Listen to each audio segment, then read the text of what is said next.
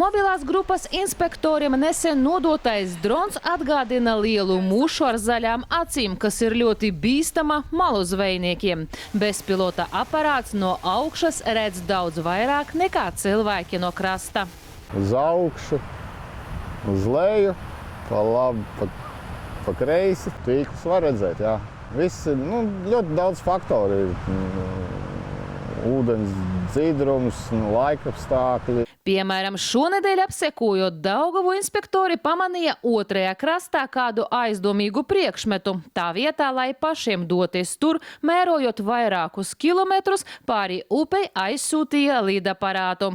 Aizdomas neapstiprinājās, bet skatoties nofilmēto materiālu, inspektori pamanīja pudeli upes vidū. Zem tādām parasti ir zvejas tīkli, bieži vien nelikumīgi.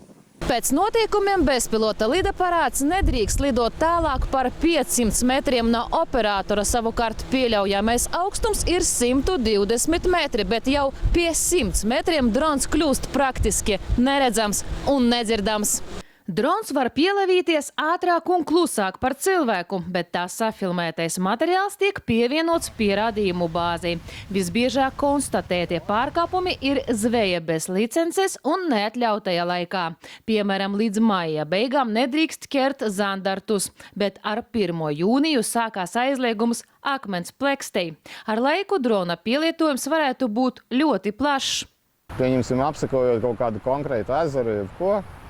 Piebrauc pie ezera, saliek, izmantojot citu programmu, saliek punktus, izveido maršrutu.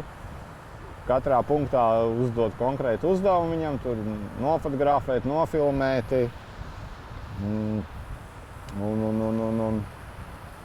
Viņš pats autonomi to dara visu. Tomēr, atzīst inspektori, drona lietderīgums stipri mazinās vējainā un lietainā laikā. Lidaparātu arī nedrīkst izmantot naktī.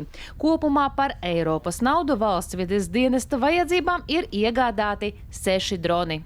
Skirbante Baļķuta, Aivars Baltmanis, LNT.